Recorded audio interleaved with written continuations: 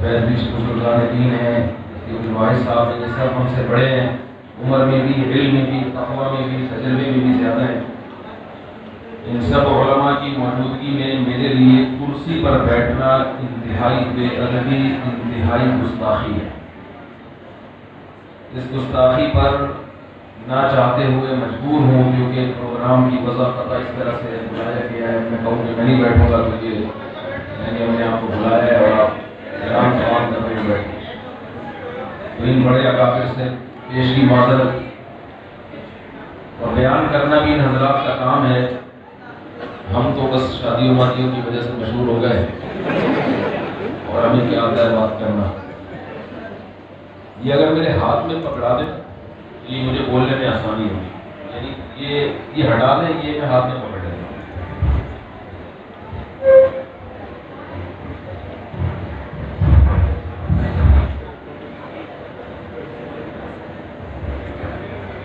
باقی آپ لوگ لیاری سے تعلق ہے، ماشاءاللہ لیاری والوں کا دماغ بہت چلتا ہے،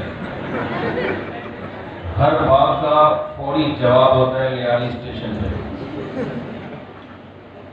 ایک آدمی گاڑی میں جا رہا تھا، کار میں، اس کو لیاری میں کوئی بندہ گدھا گاڑی پہ نظر آیا، تو کار والے کی عادت ہوتی ہے نا طنز کرنے کی، فخر تھا میں گاڑی کے اندر، کار کے اندر، اور یہ گدھا گاڑی پہ۔ ڈرائیور نے کھڑکی سے سر نکال کے اس گدھا گاڑی والے پہ طنز کیا، لیاری والے۔ اس کو یہ نہیں پتا تھا کہ کھوپڑی اس کی مجھ سے تیز چلتی۔ تو گاڑی کی کھڑکی سے سر نکال کے پوچھا کہ گدھا گاڑی میں اور گاڑی میں کیا فرق ہے بتا۔ اس نے کہا کوئی زیادہ فرق نہیں ہے، گدھا گاڑی میں گدھا گاڑی کے آگے ہوتا ہے اور گاڑی میں گدھا گاڑی کے اندر ہوتا ہے۔ مطلب یہ جو اس قسم کی باتیں کر رہا ہے وہ گدھا ہی ہے نا، زیادہ فرق نہیں ہے، ہمارے پاس گدھا گاڑی میں آگے لگا ہوا ہے اور تمہارے یہاں گاڑی میں اندر ہے جو گاڑی چلا رہا ہے۔ یہ گدھا بھی گاڑی چلا رہا ہے، وہ وہاں بھی گدھا ہی گاڑی چلا رہا ہے۔ ایک کو گدھا گاڑی بول دیتے ہیں اور ایک کو کار بول دیتے ہیں۔ تو آپ لوگوں کا دماغ بہت تیز چلتا ہے۔ تو اللہ تعالیٰ ہمارے ان دینی مدرسوں کی حفاظت فرمائے۔ یہ بڑے علماء کی موجودگی میں کیا بات کروں، چند باتیں آپ کے سامنے پیش کروں گا ان دینی مدرسوں کی اہمیت پر۔ ان کی اہمیت کا آپ کو دنیا میں اندازہ نہیں ہوگا، لیکن آخرت میں انشاءاللہ آپ کو اندازہ ہو جائے گا۔ دین کی ادارے دنیا میں بہت ہیں جو دین سکھاتے ہیں، بہت میں مسلکوں کے نام نہیں لوں گا، کوئی فائدہ نہیں ہے فرقہ پرستی میں صرف بتاؤں گا کہ ہمارے مدرسوں میں اور جو دوسرے دینی مدرسے ہیں جو دوسرے لوگ چلا رہے ہیں ان میں بڑا فرق کیا ہے۔ بات آ رہی ہے سمجھ میں کہ نہیں آ رہی ہے؟ جہاں نہیں آئے تو بتا دینا، پولیس تو ہوتی ہے نا یہاں پہ۔ دیکھو ایک بات ہے، ہمارا عقیدہ ہے کہ ایمان کے بغیر کوئی عمل قابل قبول نہیں ہے یا نہیں؟ کوئی شخص مشرک ہے، کافر ہے، وہ مر گیا، اب اس کے بارے میں یہ بحث ہو سکتی ہے کہ یہ جنتی ہے یا جہنمی؟ نہیں۔ جنت میں جانے کا کوئی کہہ سکتا ہے اس کو؟ نہیں۔ اب آپ نے کسی کو یہ کہا کہ یہ کفر میں مرا ہے، یہ جنت میں نہیں جائے گا، دوسرا دلائل دیتا ہے کہ نہیں یہ تو بڑے اچھے اخلاق سے بات کیا کرتا تھا، یہ تو غریبوں کو کھانا کھلایا کرتا تھا۔ آپ کہو کہ بھائی پہلے ایمان ثابت کرو، یہ اگلے درجے کی باتیں، کیا کرتا تھا، کتنی شادیاں کی، کتنوں کو طلاقیں دی، کتنے بچے پیدا کیے، اور غریبوں کو کھلاتا تھا نہیں کھلاتا تھا، یہ کیا ہے بات کے باتیں۔ پہلے یہ کامیابی کے لیے سب سے پہلی شرط کیا ہے؟ بولو بھائی، ایمان۔ اس کے بعد پھر یہ ہوگا کہ یہ کون کیا کرتا ہے، یہ بات کی بحث ہے۔ اسی طرح یاد رکھو مسلمانوں میں درجنوں فرقے ہیں. نبی صلی اللہ علیہ وسلم نے ارشاد فرمایا میری امت 73 فرقوں میں بٹے گی، ایک جنتی 72 بولتے کیوں نہیں جہنمی. ایک کیا ہوگا؟ جنت. میرا یہ دعویٰ ہے کہ ہمارے دینی مدرسوں میں جو تعلیم دی جا رہی ہے، جو تعلیم لینے والے اور تعلیم دینے والے، یہ برحق لوگ ہیں. یہ پوری جنتیوں کی فہرست میں داخل ہیں جن کو نبی صلی اللہ علیہ وسلم نے جنتی کہا ہے. یہ دعویٰ ہے. دعویٰ کرنے پر گورنمنٹ کی طرف سے کوئی پابندی نہیں. لہذا دلیل کے بغیر مارکیٹ میں کوئی دعویٰ چلتا نہیں ہے. زور سے بولو بھائی. نہیں چلتا. ایسے تو کوئی بھی بول. ایک آدمی نے کہا کہ میں ایک بھنگی تھا، اس نے کہا میں، کسی نے پوچھا تو شادی کیوں نہیں کرتا کمبا؟ اس نے کہا میں بادشاہ کی بیٹی سے شادی کروں گا. اس نے کہا تو چمار بھنگی، بادشاہ کی بیٹی سے، شہزادی سے تیری شادی کہاں سے ہوگی؟ اس نے کہا ہو جائے. کیسے ہوگی؟ اس نے کہا آدھا کام ہو گیا آدھا رہ گیا. لوگوں نے آدھا بھی نہیں. بھنگی کو بادشاہ کہاں لفٹ کرائے گا؟ اس نے کہا ادھر سے ایجاب ہو گیا، قبول کا انتظار کر رہا ہوں. ادھر سے میں نے قبول کر لیا، وہاں سے قبول کا انتظار ہو رہا ہے. تو دعویٰ تو کوئی بھی کسی بھی ٹائم پہ کسی بھی وقت کر سکتا ہے، بغیر دلیل کے دعوے نہیں سنے جاتے. ورنہ بیٹھے بیٹھے میں کہہ دوں انہوں نے مجھ سے 1 کروڑ روپے لیے، کوئی پابندی ہے گورنمنٹ کی طرف سے بولنے پر؟ ہمارے جامعۃ الرشید میں ایک مستفتی آیا. مستفتی کہتے ہیں جو فتویٰ لینے کے لیے، سوال پوچھنے کے لیے آتا ہے. میرے استاذ ہیں، اللہ ان کی اوپر برکت دے. ان سے اس نے ایک مسلک کے بارے میں پوچھا کہ وہ کافر ہیں یا مسلمان ہیں، لکھ کے دے دیں. ایک خاص مسلک کے بارے میں پوچھا. تو انہوں نے کہا زبانی جواب دے دوں گا کہ وہ کافر ہیں، لکھ کے نہیں دوں گا. کہا لکھ کے کیوں نہیں؟ کہا لکھنے پر گورنمنٹ نے 6 مہینے جیل رکھی ہوئی ہے. لکھ کے فتویٰ دوں گا تو گورنمنٹ نے 6 مہینے کیا رکھی ہوئی ہے؟ جیل. تو لکھنے میں انہوں نے جواب لکھا مگر گول مول لکھ دیا کہ بات سمجھ میں بھی آ جائے مگر گورنمنٹ کی گرفت سے بھی بچ جائے. انہوں نے کہا FIR کرتی ہے. اس نے کہا کہ سائل نے کہا کہ جو سوال میں نے پوچھا ہے، سوال میں میں نے یہ پوچھا ہے کہ فلاں شخص یا فلاں فرقہ کافر ہے یا نہیں ہے، اور آپ جواب میں گول مول جواب لکھ رہے ہو، تو سوال میرا جو ہے وہ جواب ہے نہیں وہ. پھر انہوں نے بتایا کہ بھائی گورنمنٹ کی طرف سے کافر لکھنے پر پابندی ہے 6 مہینے جیل. اس نے کہا ٹھیک ہے پابندی ہے، لیکن سوال میرا جو ہے وہ تو یہ ہے ہی نہیں جو آپ نے جواب لکھا ہے. تو میں سوال پوچھ رہا ہوں کہ کافر ہے یا نہیں. تو ہمارے استاد نے کہا گورنمنٹ نے سوال پوچھنے پر پابندی نہیں لگائی ہے، جواب لکھنے پر پابندی لگائی ہے. تو آپ تو کچھ بھی پوچھ سکتے ہو نا، آپ تھوڑی 6 مہینے جیل ہوگی، جیل تو مجھے ہوگی، تو میں کیوں لکھ کے دوں بھائی؟ تو میں یہ سمجھا رہا ہوں کہ جن چیزوں پہ گورنمنٹ پابندی نہیں لگاتی لوگ وہ کام کر لیتے ہیں. تو میں بول سکتا ہوں انہوں نے 1 کروڑ کھائے، انہوں نے 2 کروڑ کھائے، تو یہ گورنمنٹ کی طرف سے کوئی پابندی نہیں ہے.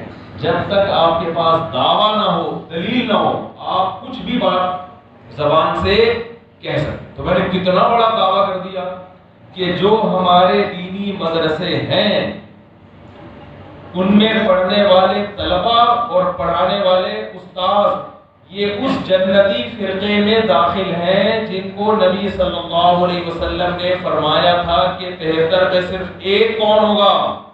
جنتی. یہ میرا دعویٰ ہے اور یہ چھوٹا دعویٰ نہیں. وہی بات ہے، آپ کہیں گے کر لیا دعویٰ، دلیل پیش کرو. کیا خیال ہے؟ بالکل بھائی. دلیل یہ ہے کہ اہل حق میں شامل ہونے کے لیے جو سب سے پہلا معیار، دیکھو کافر سے جنتی ہونے کے لیے اعمال کی قبولیت کے لیے جو سب سے پہلا معیار کیا ہے؟ ایمان ہے یا نہیں؟ لیکن جو 73 فرقے ہیں نا وہ سارے ہوں گے ایمان کے دعوے دار، لہذا ان کو 72 سے الگ کرنے کے لیے صرف ایمان کا دعویٰ نہیں چلے گا، اس کے لیے کوئی اور، یہ تو مسلمانوں کے اندر ہوں گے نا فرقے. دیکھو یہودی، عیسائی، قادیانی، سکھ، ان سے تو فرق کرنے کا دعویٰ کیا ہے؟ قرآن و سنت کو مانتا ہوں.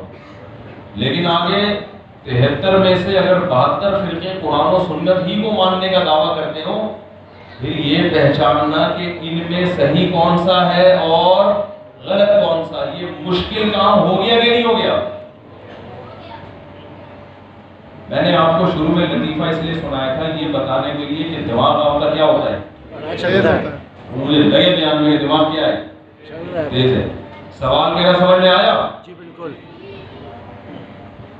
میرا یہ دعویٰ ہے کہ یہ کون ہے جو دینی مدارس اور ان میں پڑھانے والے علماء کیا ہیں، یہ اس جنتی فرقے میں داخل.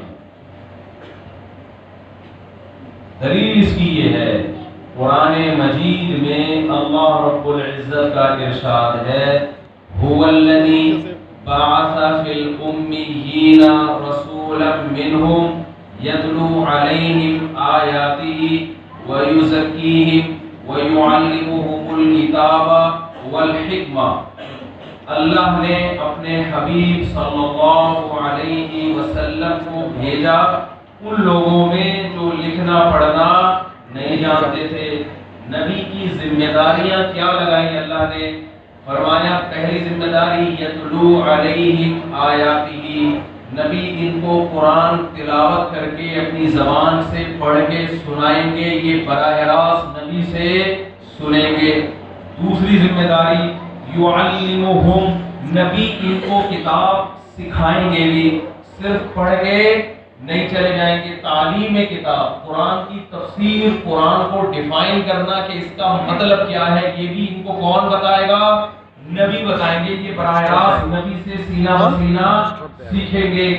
تیسری ذمہ داری وَيُزَكِّيهِمْ، نبی ان کو ان کا تزکیہ کریں گے، ان کی ایسی ٹریننگ کریں گے کہ یہ ظاہری اور باطنی نجاست سے پاک اور صاف ہو جائے گی. یہ کام نبی براہ راست پریکٹیکلی کر کے دکھائیں گے. یہ کام والحکمہ، اور نبی ان کو حکمت کی باتیں بتائیں گے نہیں بلکہ یعلم، کیا کریں گے؟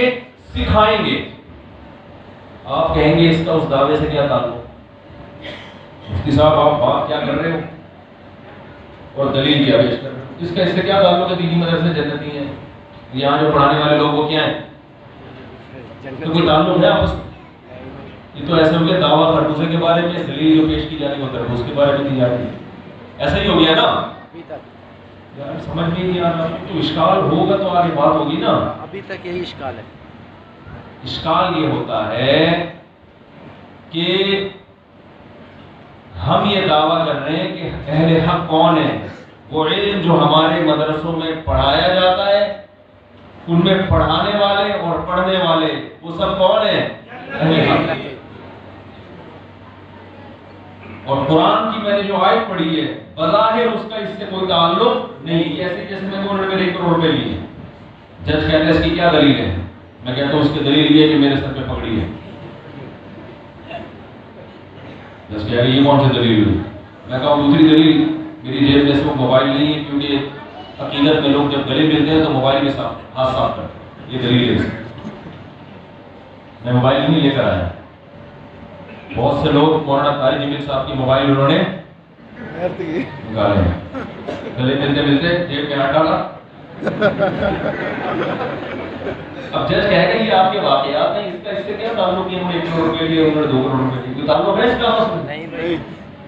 میں بتاتا ہوں جو میں نے دلیل دی ہے اس کا اس سے بڑا گہرا تعلق ہے. قرآن کہہ رہے اللہ نے اپنے پیغمبر کو بھیجا عربی زبان میں. صحابہ سارے عربی زبان جانتے تھے، ان کو عربی گرامر پڑھنے کی ضرورت نہیں. لیکن اللہ نے فرمایا کہ نبی ان کو براہ راست قرآن سکھائیں گے بھی، تلاوت بھی کریں گے، حکمت یعنی حدیث بھی سکھائیں گے. بتائیں گے نہیں بلکہ حدیث سکھائیں گے. بتانا تو یہ کہ الفاظ کہے اور چلے گئے، لوگوں نے لکھ لیے. حدیث سکھائیں گے ان کو، یعلمہم الحکمہ، حکمت سکھائیں گے ان کو، اور ان کا تزکیہ کریں گے، ان کی ٹریننگ کریں گے۔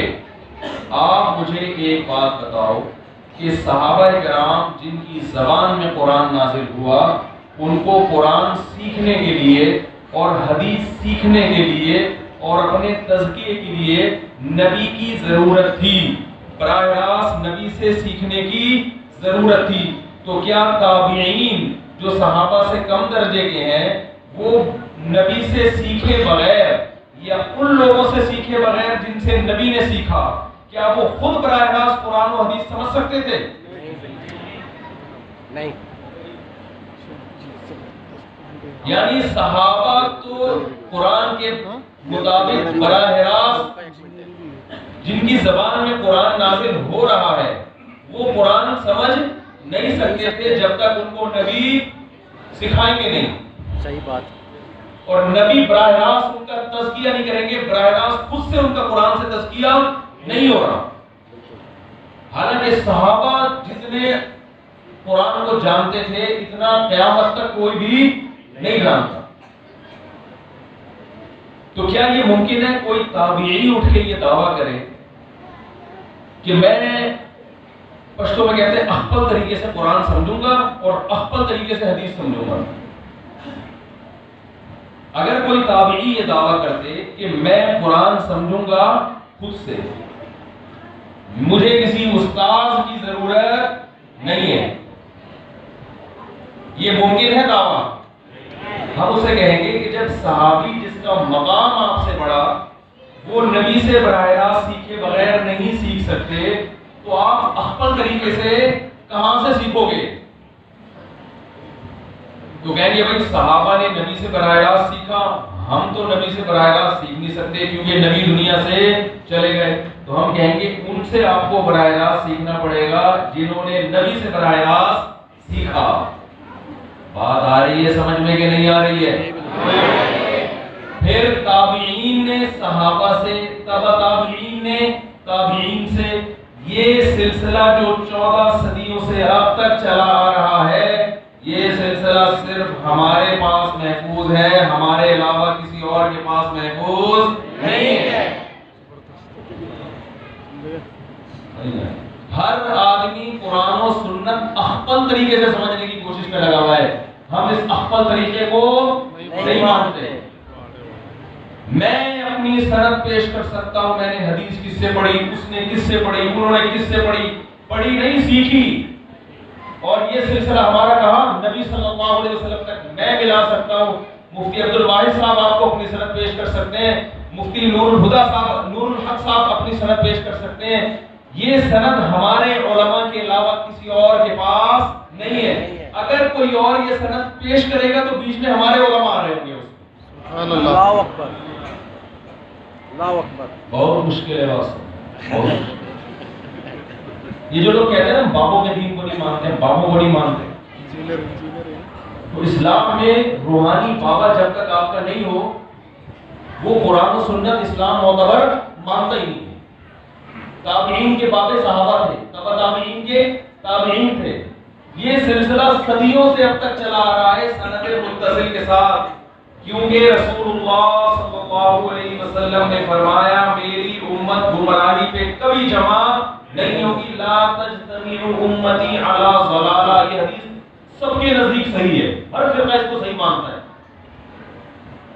تو اگر آپ کسی کی زمانے میں بابا لیس ہو گئے کہ آپ کا کوئی بابا ہی نہیں ہے، اس کا مطلب آپ نے قرآن کسی سینے سے نہیں سیکھا، اخپل طریقے سے سیکھا ہے۔ تو اخپل طریقے سے جب صحابہ کو سیکھنے کا حق نہیں ہے تو آپ کو سیکھنے کا حق کہاں سے ہو گیا؟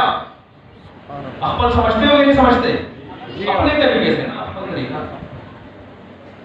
لیاری کی زبان میں کیا کہتے ہیں اخپل کو؟ واتسر واتسر وتھی واتسر واتسر واتسر واتسر۔ آپ کو دیکھ کے ایک بات یاد ہے، ناراض تو نہیں ہو، ہمارے ایک شاگرد ہے بالکل آپ کے طرح، مجھ سے کہہ رہا ہے یہ روحانی عامل ایسا کرتے ہیں، میں بھی عامل بنوں گا، اس کو ڈانٹا یہ عامل نہیں بنتا۔ میں نے کہا آپ کو جنات بھیجنے کی ضرورت کیا ہے؟ آپ خود بطور جن چلے جاؤ، ناراض نہیں ہونا، محبت سے کہہ رہا ہوں، نہیں ہوگا۔ میں نے کہا آپ تو خود بطور جن کے بھی جا سکتے ہو، بطور انسان کے بھی، آپ کو کسی میں جن بھیجنے کی ضرورت نہیں، ناراض نہیں ہونا، خوش ہو، جزاک اللہ۔ تو یہ جو نئے نئے فرقے نکل رہے ہیں نا، میرے سے ایک صاحب نے کہا، اور منی مشہور فرقہ ہے، نام لینا صحیح نہیں ہے، آج کل مسائل ہیں بہت، ہم ہمیں قواریت ہے، وہ کہنے لگے ہم قرآن اور حدیث کو مانتے ہیں۔ دو فرقے آج کل مارکیٹ میں بہت چل رہے ہیں، ایک کہتے ہیں ہم صرف قرآن حدیث کو مانتے ہیں، کہتے ہیں ہم صرف قرآن کو مانتے ہیں۔ یہ دونوں نہ قرآن کو مانتے ہیں نہ قرآن حدیث کو مانتے ہیں۔ میں مثال دوں گا، پھر آپ کی سمجھ میں انشاءاللہ یہ دعویٰ جو میں نے کیا آپ کی سمجھ میں انشاءاللہ بیٹھے گا۔ ایک تو ہے منکرین حدیث، جو کہتے ہیں ہم صرف کس کو مانتے ہیں؟ قرآن۔ ایک دفعہ میرا ان سے مناظرہ ہو گیا، میں مناظر آدمی ہوں نہیں، مناظر تو حضرت مفتی عبدالوائز صاحب ہیں، انشاءاللہ ان سے بھی ہم کچھ سیکھنے کی کوشش کریں گے۔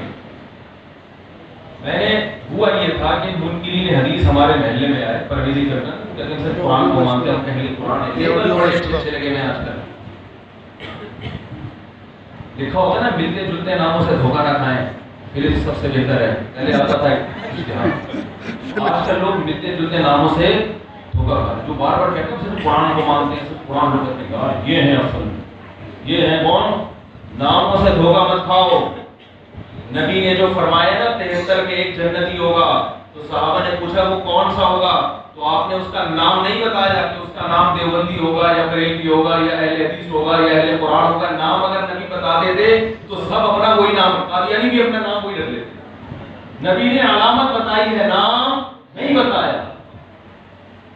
وہ علامت کیا بتائی؟ کیا زبردست حدیث ہے، میں کہتا ہوں یہ خود حضرت حکیم اختر صاحب رحمہ اللہ تعالیٰ فرمایا کرتے تھے کہ علوم نبوت وہ خود دلیل نبوت ہے۔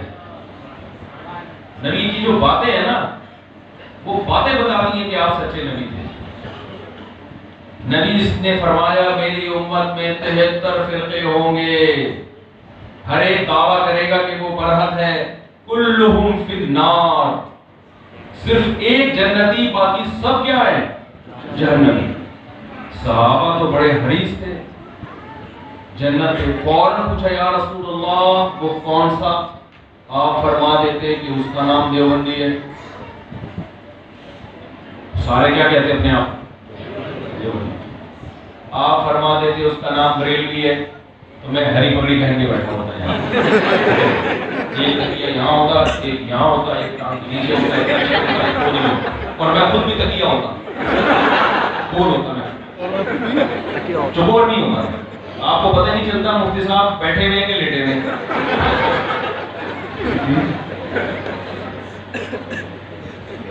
گول ہوتا ہے بالکل۔ کتنے تکیے ہول سیل کے حساب سے میرے دائیں بائیں رکھے ہوئے، تکیے مارکیٹ میں مہنگے ہو جاتے ہیں سارے تکیے۔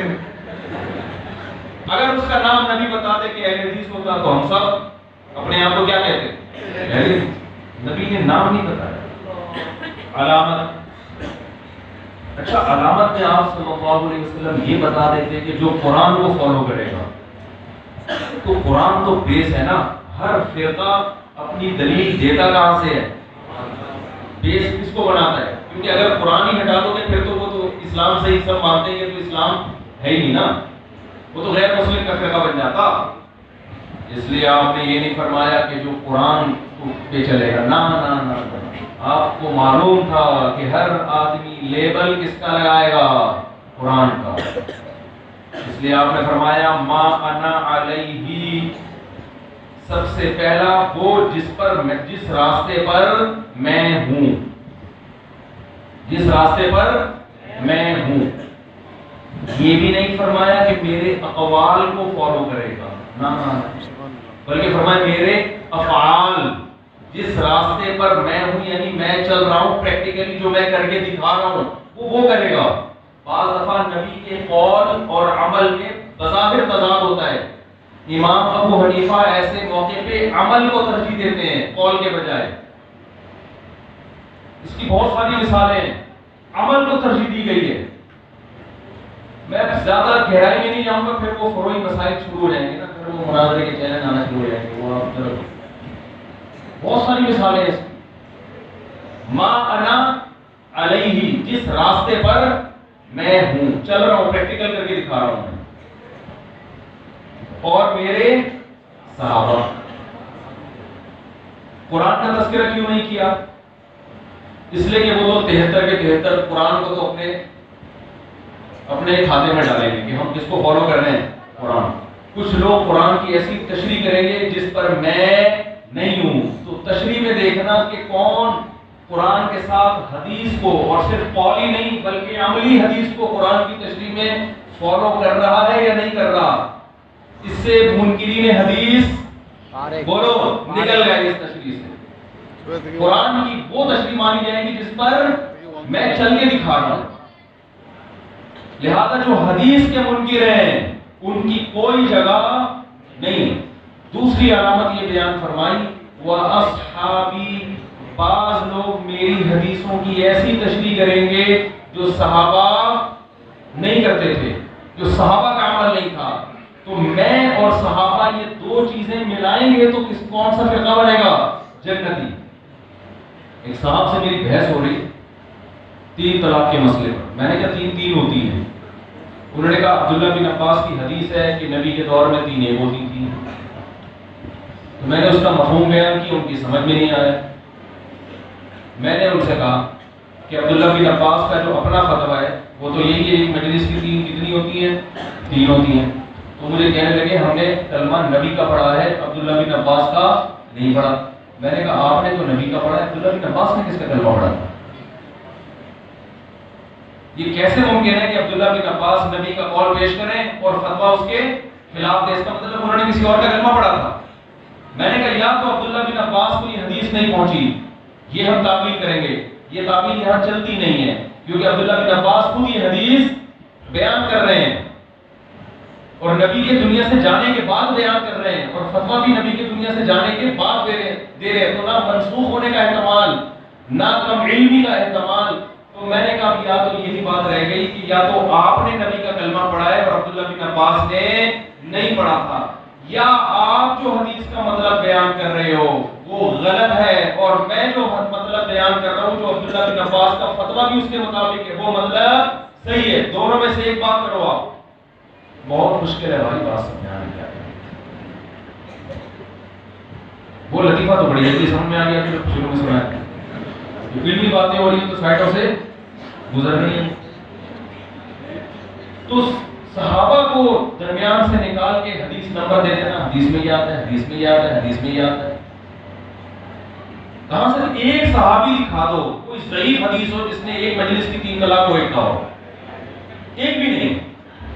اس کا مطلب آپ کو زیادہ حدیث سمجھ میں آ رہی ہے، صحابہ کرام کو نہیں آ رہی. تو دوسری علامت نبی نے کیا بیان کی؟ جس پر میں اور صحابہ ہیں. تو نبی نے ہمیشہ فرقہ ناجیہ کی، منصورہ فرقہ جس کی اللہ نے مدد کا وعدہ کیا، جو قیامت تک رہے گا، جو جنتی ہے، اس کی علامتیں بیان کی ہے، اس کا نام بیان نہیں کیا.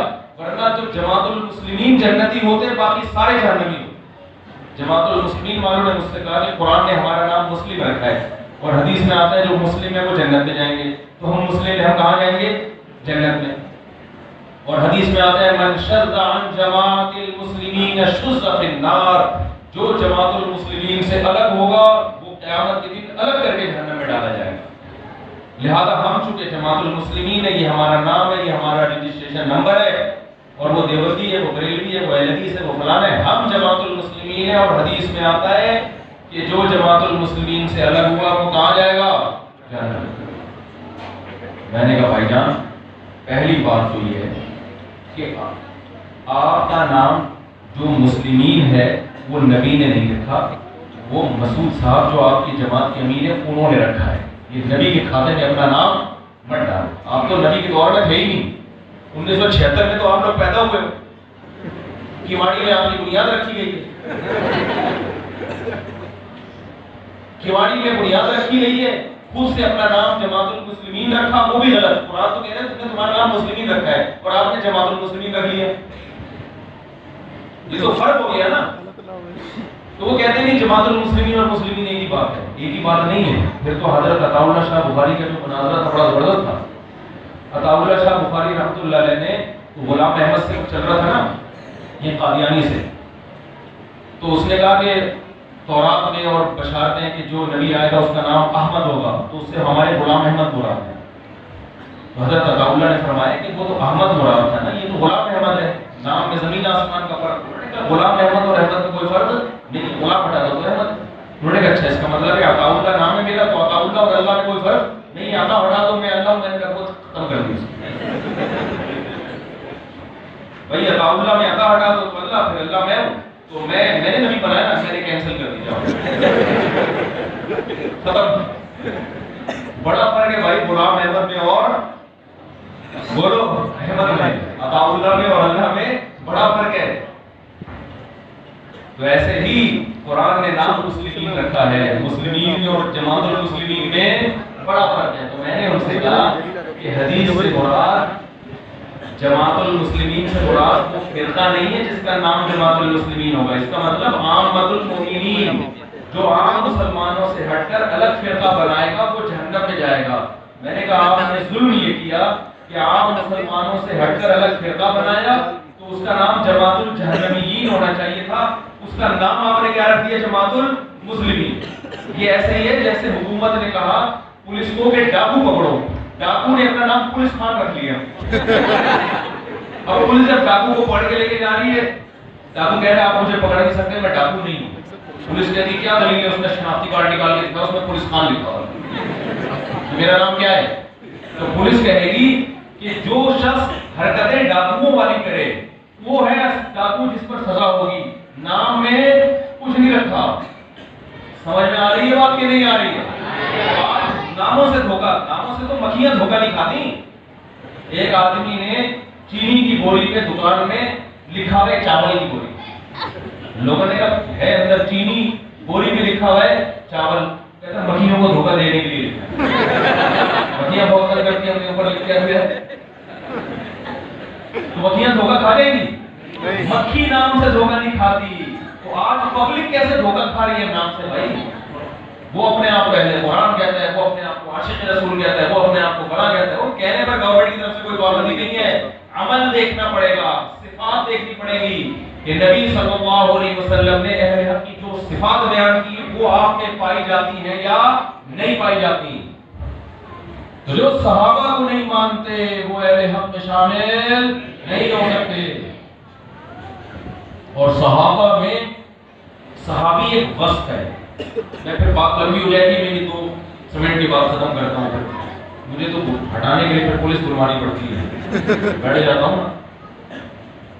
تو وہ جو منکرین حدیث تھے نا، قرآن قرآن قرآن کا دعویٰ کر رہے تھے، مجھے کہنے لگے کہ آپ کے پاس کہ ہمارے لیے قرآن کافی ہے، اور قرآن کہتا ہے تبیانا لکل شیء، ہم نے ہر چیز اس میں کھول کھول کے بیان کر دی ہے، تو اب حدیث کی ہمیں ضرورت کیا ہے؟ اچھا مناظرہ کسی اور عالم کا ان کے ساتھ تھا، وہ کراچی میں ہڑتالیں چل رہی تھی اس زمانے میں بڑے پھٹے، تو وہ مناظر پہنچ نہیں سکے، تو لڑکے مجھے پکڑ کے لے گئے کہ آپ مناظرہ کریں. میں کہا بھائی میں تو مناظر آدمی ہوں نہیں، نہ مجھے مناظرہ آتا ہے، اور منکرین حدیث کا تو مجھے کچھ پتہ ہی نہیں کہ عقیدے کیا ہے، ان کا نظریہ کیا ہے، تو مجھے کچھ ٹائم تو دو. انہوں نے کہا نہیں ٹائم نہیں ہے، اگر آپ نہیں گئے تو وہ سمجھیں گے کہ بہانہ کر کے مناظر بھاگ گیا ہے. میں نے اللہ سے دعا مانگی، اللہ کا میں نے کہا اللہ مجھے تو ان کی حدیث کا نہ کوئی نظریہ پتا، میں کہ عقائد پتا، میں کیا بات کروں گا جانے. خیر اپنے کا چلو چلتے ہیں. اب وہ 15-20 لوگ بیٹھے ہوئے، یہ بھی تھے رفیع بھائی ہمارے ساتھ، یاد ہے نا. تو وہ منکرین حدیث آ کے بیٹھا، 2-4 لڑکے، لیپ ٹاپ ان کے ہاتھ میں، کشن بازیاں بھرم بازیاں بہت ہوتی ہیں. ہم خالی ہاتھ، ہمیں تو پتہ نہیں تھا ان کا نظریہ ہے کیا. میں نے کہا بھائی کیا کہتے ہیں؟ انہوں نے کہا قرآن کہتا ہے تبیانا لکل شیء، ہم نے ہر چیز کو کھول کھول کے بیان کر دیا. تو جب قرآن نے ہر چیز کو کھول کے بیان کر دیا تو ہمیں حدیث کی طرف جانے کی ضرورت کیا ہے؟ پھر آگے کہنے لگے یہ بخاری میں یہ حدیث غلط ہے، معاذ اللہ یہ حدیث غلط ہے، دیکھو اس کا یہ مطلب ہے، یہ ادھر یہ اس کے متضاد ہے، ادھر یہ لکھا ہوا ہے، ادھر وہ لکھا ہوا ہے، یوں لکھا ہوا ہے، ایسے لکھا ہوا ہے، یہ بخاری غلط ہے. میں نے ان سے کہا، میں نے کہا تو آپ نے مسئلہ ہی حل کر دیا یار، آپ کہہ رہے ہو قرآن کہہ رہے کہ ہم نے ہر چیز کو کھول کھول کے بیان کر دیا. میں نے کہا پھر قرآن نے یہ بھی بیان کیا ہوگا کہ حدیث کی ضرورت ہے یا نہیں ہے. اب وہ اگر کہتے ہیں نہیں یہ نہیں بیان کیا تو اس کا مطلب ہر چیز کو کھول کے بیان کیا ہی نہیں ہے. اگر وہ کہتے ہیں ہاں بیان کیا ہے تو میں اس سے پوچھوں گا کہاں بیان کیا ہے، وہ کہے گا مجھے نہیں پتا کہاں بیان کیا ہے. تو میں کہوں گا مجھے پتا ہے کہاں بیان کیا ہے. اگر آپ کو نہیں پتا تو میں بتا دیتا ہوں کہاں بیان کیا ہے. تو پھنس گیا، تو گھومتا رہا پھر کہتا اچھا بتاؤ کہاں بیان کیا. میں نے یہ والی آیت جو ہے نا میں نے پڑھی ہے، ہر فرقے پہ پھر بیٹھتی ہے جا کے. یہ جو میں نے آیت پڑھی ہے، اس آیت نے بڑے مسئلے حل کر دیے. میں نے کہا بھائی قرآن کہتا ہے وَيُعَلِّمُهُمُ الْكِتَابَ، نبی کتاب تلاوت بھی کریں گے اور نبی کتاب سکھائیں گے بھی. تو یہ حدیثوں کی کتابیں اگر غلط ہیں تو نبی کا سکھایا ہوا گیا کہاں؟ کیونکہ اگر نبی کے سکھائے بغیر براہ راست قرآن خود سمجھ میں آ جاتا تو صحابہ کی سمجھ میں آتا نا. ان کو تو قرآن کہہ رہے کہ نبی سکھائیں گے،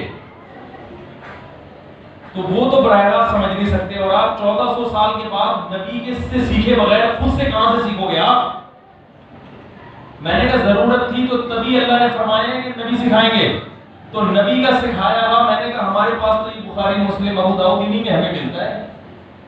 تو وہ گیا کہاں؟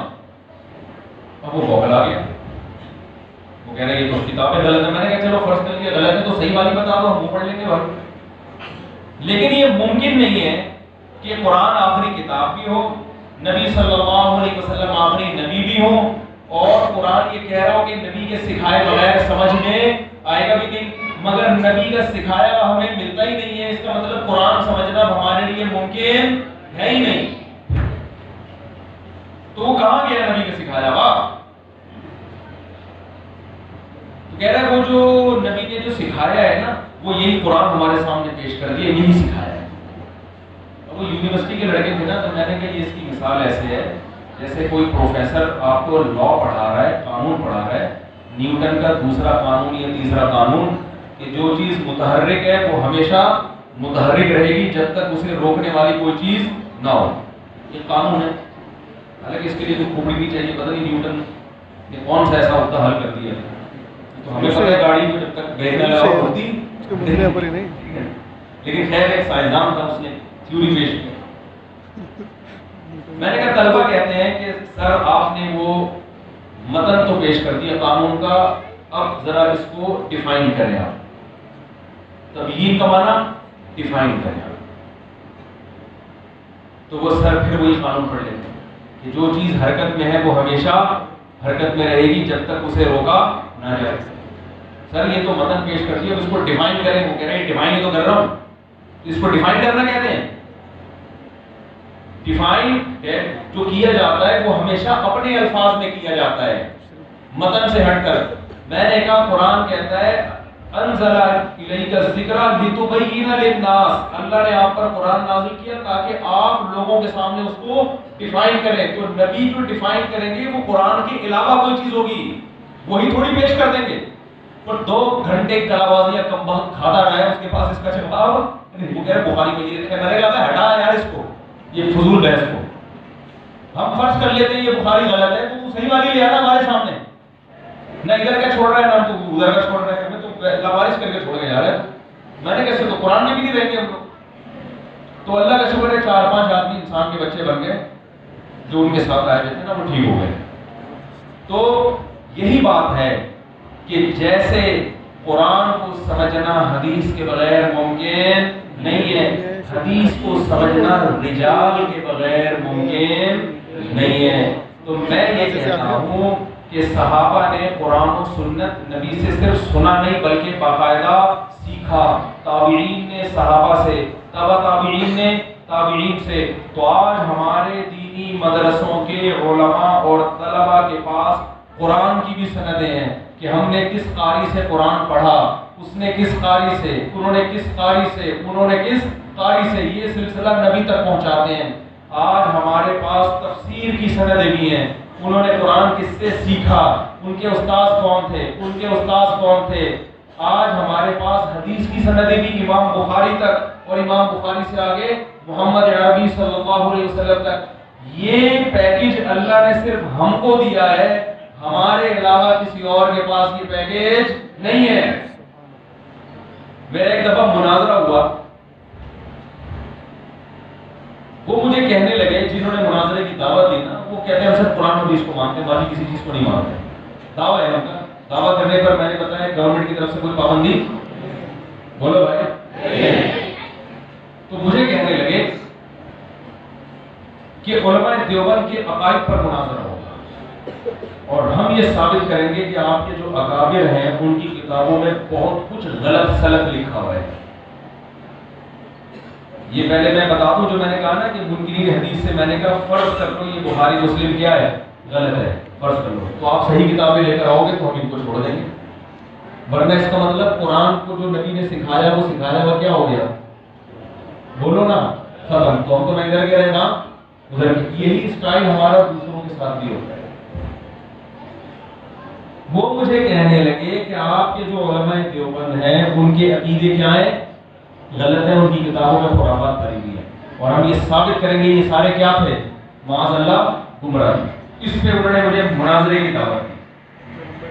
میں نے کہا دل و جان سے یہ مناظرہ قبول ہے, شرط یہ ہے کہ آپ اپنے اکابر کی نبی تک لسٹ پیش کرو. آپ کے بابے کون تھے جنہوں نے صحابہ نے نبی سے سیکھا, پھر تابعین نے کس سے سیکھا, صحابہ سے. تو ہمارا تو سلسلہ ہے, آپ بھی اپنا جن لوگوں سے آپ نے قرآن حدیث سیکھی ہے, تزکیہ کروایا ہے اپنا, یہ سلسلہ سند متصل کے ساتھ کہاں تک پہنچاؤ, بولو بھائی, صحابہ نبی تک.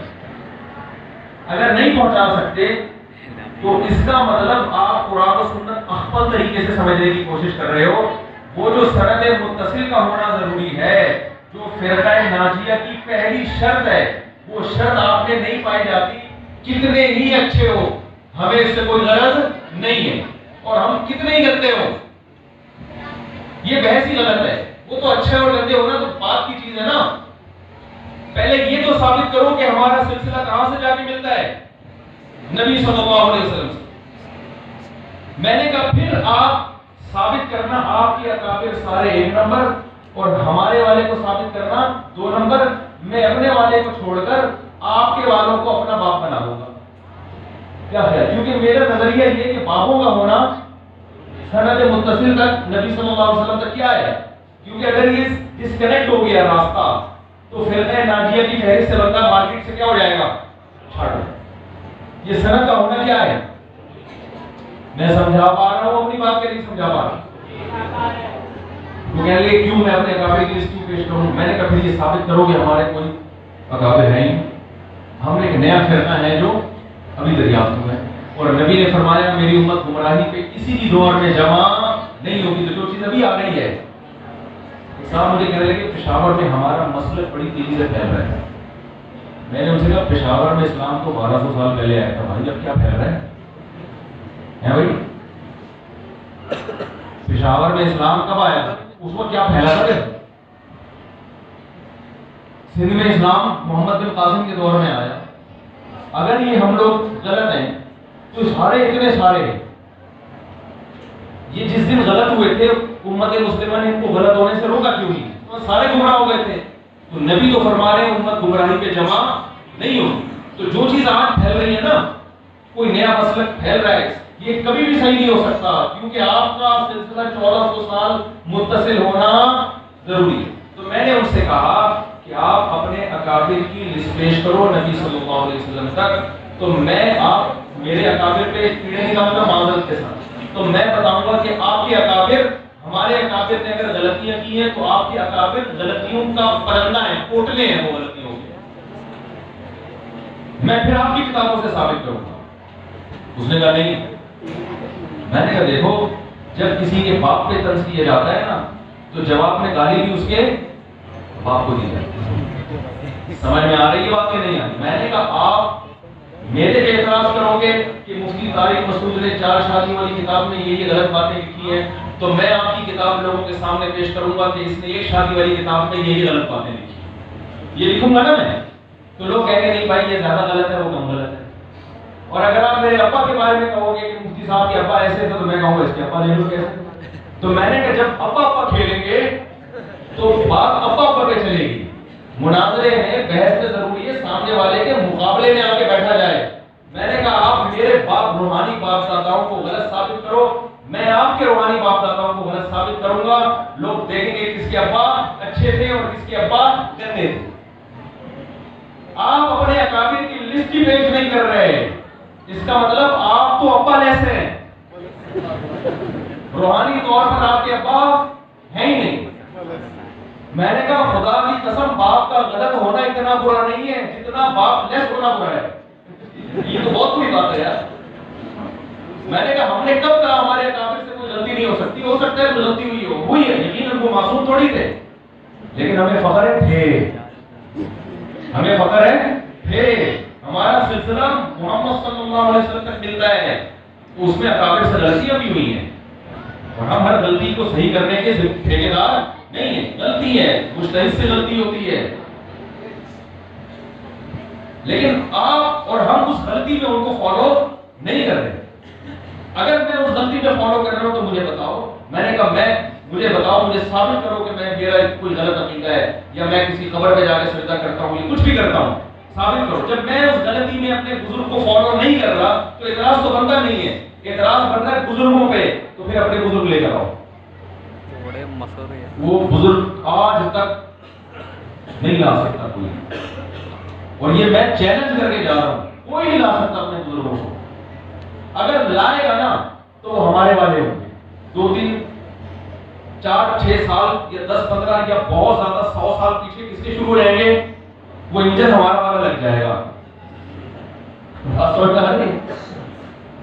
تو فرقہ ناجیہ کے لیے جو پہلی شرط ہے وہ یہ کہ انسان بزرگ لیس نہ ہو, بابا لیس نہ ہو. میں نے ایک مشہور فتنہ پرست کو چیلنج کیا کہ تو ہمارے بابوں کو غلط کہتا ہے, تو اپنے روحانی بابا کو یہ آج پیش کر کے نا کہ بابا لیس تو کوئی ہو ہی نہیں سکتا اسلام میں, تو پھر فرقہ ناجیہ میں آتا ہی نہیں ہے, تو اپنے بابوں کو پیش کرو. تو اس نے دعویٰ کیا کہ میرے بابے امام بخاری ہیں, میرے بابے امام مسلم ہیں. میں نے کہا یہ ایسے ہی ہے جیسے کوئی آپ سے کہہ رہا ہے آپ کے والد محترم کا نام آپ کہتے ہیں حضرت نوح علیہ السلام. تو نوح علیہ السلام سے ڈائریکٹ پیدا ہو گیا ہے بھائی. نوح علیہ السلام کی شادی ہوئی ہزاروں سال پہلے, بچہ آج پیدا ہو رہا ہے. کوئی کرنے والی بات ہے بھائی. نوح علیہ السلام کا بیٹا ہوگا, پھر ان کا بیٹا ہوگا, پھر ان کا بیٹا. تو امام بخاری تیرے اگر بابے ہیں تو امام بخاری کا کوئی شاگرد ہوگا, پھر ان کا کوئی شاگرد ہوگا, پھر ان کا کوئی شاگرد ہوگا. وہ سند تو پیش کرو. یہ نہیں پیش کرتے. وجہ کیا ہے, اس سند میں کون آ رہا ہوتا ہے, سارے ہمارے اکابر آ رہے ہوتے ہیں, سارے ہمارے اکابر آ رہے ہیں. کچھ کے تو سرے سے اکابر ہی نہیں ہے, تو وہ کہتے ہیں وفا لیس ثابت کریں اپنے آپ کو. تو کوئی بھی اگر آپ سے مناظرے کا چیلنج کرے نا کہ علماء دیوبند کے اکابر کے عقائد پر مناظرہ ہوگا, آپ اس سے کہو یقیناً اکابر پر مناظرہ ہوگا, تم اپنے اکابر پیش کرو. ہاں اپنے اکابر پیش کرتے ہیں, پھر منا آئے گا کہ کس کے ابا صحیح تھے اور کس کے ابا غلط تھے. اس لیے میں چیلنج کرتا ہوں تم کچھ بھی نہیں کرو, صحیح غلط تھوڑا ابا پیش کر دو, بس ختم ہو. میں مناظرہ ہار جاؤں گا, کیا کر دو, میں مان لوں گا میرے ابا غلط تھے, بس تم اپنے ابا پیش کرو. تو میرے بھائی غلط ابا کا ہونا ابا لیس ہونے سے یہ سنہری حروف میں ملفوظ لکھنے کے قابل ہے. ابا لیس ہونے سے غلط ابا کا ہونا یہ پھر بھی کیا ہے, یہ پھر ہے. تو یہ ہمارے دینی مدارس ہیں جن کا سلسلہ سند متصل کے ساتھ اصحاب صفہ سے جا کے ملتا ہے. نبی صلی اللہ علیہ وسلم کے پاس اصحاب صفہ میں عبداللہ ابن مسعود رضی اللہ تعالیٰ عنہ بیٹھا کرتے تھے. ان لوگوں میں تھے جن کے بارے میں قرآن نے کہا وَلَا تَطْرُدِ الَّذِينَ يَدْعُونَ رَبَّهُمْ بِالْغَدَاةِ وَالْعَشِيِّ يُرِيدُونَ وَجْهَهُ. اے نبی وہ غریب صحابہ جو آپ کی محفل میں بیٹھتے ہیں ان کو غربت کی وجہ سے اپنی مجلس سے نہ نکالیے گا, یہ اللہ کی رضا کے لیے بیٹھتے ہیں.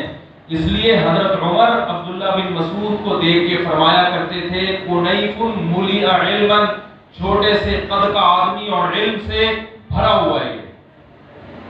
فقہ میں ہمارا سلسلہ کس سے جا کے ملتا ہے؟ عبداللہ ابن مسعود سے، جن کو نبی حضرت عمر، جب حضرت عبداللہ بن مسعود کوفہ سے آتے نا مدینہ، حضرت عمر استقبال میں کھڑے ہو جاتے اور اہل کوفہ سے حضرت عمر کہتے ہیں یہ وہ شخص ہے جسے میں نے تمہیں دے کر تمہیں اپنے آپ پر ترجیح دی ہے، ان کی ضرورت مجھے تھی مگر میں قربانی دے کر ان کو کس کے پاس بھیج رہا ہوں؟ تمہارے پاس۔ عبداللہ بن مسعود رضی اللہ تعالی عنہ نے جہاں بیٹھ کے ساری زندگی درس دیا، جس میں قرآن کا درس، حدیث کا درس، اور قرآن و حدیث سے جو مسائل نکالے جاتے ہیں جن کو فقہ کہا جاتا ہے، اس کا درس عبداللہ بن مسعود نے جہاں دیا، وہاں عبداللہ بن مسعود کے بعد ان کے شاگرد حضرت علقمہ یا اسود، ان دونوں میں سے ایک صحابی جنہوں نے تابعی جنہوں نے زندگی عبداللہ بن مسعود کے ساتھ گزاری، اتنی زندگی گزاری کہ جب یہ علقمہ اور اسود نابالغ بچے تھے اس وقت عبداللہ بن مسعود سے انہوں نے قرآن و سنت سیکھنا شروع کیا اور تزکیہ کروانا شروع کیا۔ بچپن میں عبداللہ بن مسعود کے ساتھ بیٹھ کے چپک گئے۔ کیوں چپکے؟ وہ اخبل طریقے سے قرآن و حدیث سمجھنا نہیں چاہتے۔ میں سمجھا پا رہا ہوں اپنی بات؟ انہوں نے کہا ایسے صحابی کا انتخاب کرو جنہوں نے نبی کی طویل صحبت اٹھائی ہو، جنہوں نے خود سے قرآن و حدیث بیان نہ کی ہو بلکہ نبی کی طویل صحبت۔ تو عبداللہ بن مسعود سفر و حضر میں نبی کے ایسے ساتھی تھے کہ صحابہ کہتے ہیں ہم سمجھتے تھے کہ نبی کے گھر کے پڑھ دیں گے۔ تو حضرت علقمہ اور اسود نے عبداللہ بن مسعود کی باقاعدہ صحبت اختیار کی ہے طویل عرصے۔ اس کے بعد وہ عبداللہ بن مسعود کے جانشین بنے اور اسی مجلس میں درس دیا ساری زندگی، فقہ سکھایا لوگوں کو، قرآن بھی، حدیث کی تلاوت بھی اور مسائل بھی۔ جس مسجد میں جس جگہ بیٹھ کر عبداللہ بن مسعود درس دیا کرتے تھے، ان کے انتقال کے بعد ابراہیم نخعی رحمہ اللہ تعالی جو کوفہ کے بڑے جلیل قدر تابعی تھے، جن کا تابعین میں سے بھی تھے، تابعی بھی تھے، اور جن کا امام بخاری بڑے احترام سے نام لیتے ہیں، انہوں نے علقمہ اور اسود کی طویل صحبت اٹھائی، اخبل طریقے سے قرآن و سنت سمجھنے کی کوشش، بولو بھائی نے طویل عرصہ ان کی شاگردی اختیار کی۔ کیوں کی؟ وہ جانتے تھے کہ نبی کی صحبت اٹھانا ممکن نہیں ہے، صحابی کی صحبت اٹھانا بھی ممکن نہیں ہے، اس تابعی کی صحبت اٹھا دو جس نے صحابی کی طویل صحبت اٹھائی ہو، اور ایسے صحابی کی طویل صحبت اٹھائی ہو جس صحابی نے نبی کی طویل صحبت اٹھائی ہو، ورنہ صحابہ بھی بہت تھے۔ سمجھ نہیں آ رہی ہے؟ ابراہیم نخعی زندگی بھر اسی مسند پہ بیٹھ کے قرآن، حدیث اور فقہ، بولو، سکھاتے رہے۔ ابراہیم نخعی کی شاگردی اختیار کی حماد الکوفی نے، جو بخاری اور مسلم کے راویوں میں سے۔ حماد الکوفی نے طویل صحبت اٹھائی کس کی؟ ابراہیم نخعی سے۔ ان سے تعلیم کتاب، تزکیہ، حکمت، جو تینوں چیزیں جو نبی کی ذمہ داری تھی نا، انہوں نے ان سے سینہ بسینہ سیکھی ہیں۔ حماد الکوفی نے ابراہیم نخعی کا انتخاب کیوں کیا؟ اس لیے کیا ان کو پتا تھا کہ قرآن، سنت اور اس سے مسائل طویل صحبت کے بغیر، نبی کی صحبت کے بغیر سیکھنا ممکن نہیں ہے۔